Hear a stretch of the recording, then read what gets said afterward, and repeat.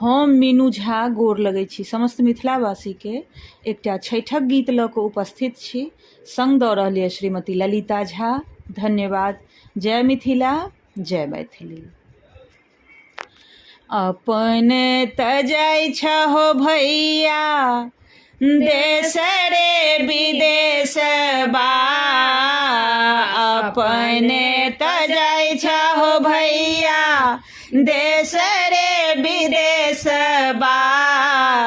हमरो ललबिहा भैया गहुमा सने सबा, हमरो ललबिहा हो भैया गहुमा सने सबा।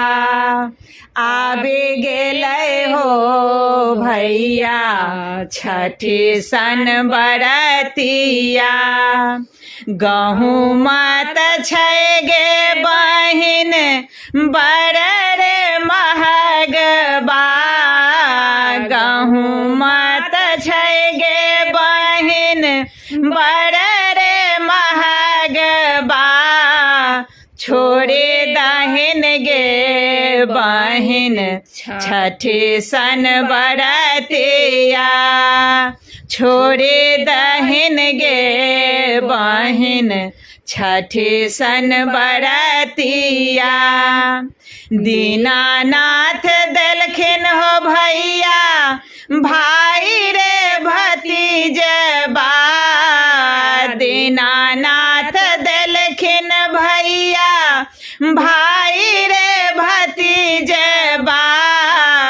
हम कोना छोड़बै हो भैया छठी सन बरतिया, ससुरा में देलखिन हो भैया सासु ससुरबा, आओ रोज देलखिन भैया सीख भर सिंदूरबा, आओ रोज देलखिन भैया सीख भर सिंदूरबा।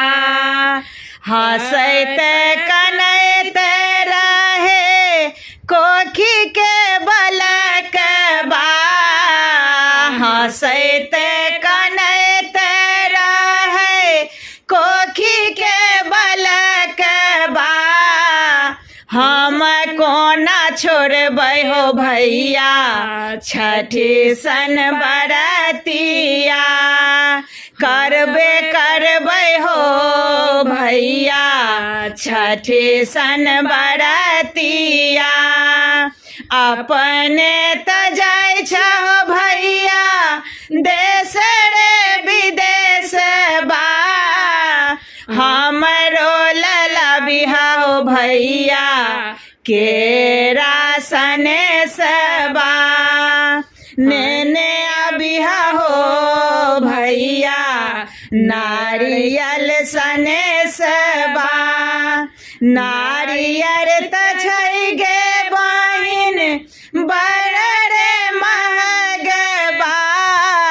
छोड़े दहिन गे बहिन छठी सन बरतिया, बेची देबै हो भैया हाथ के कंगनमा, कीन लेबै हो भैया नारियल के रबा, कइये लेबै हो भैया छठी सन बरतिया।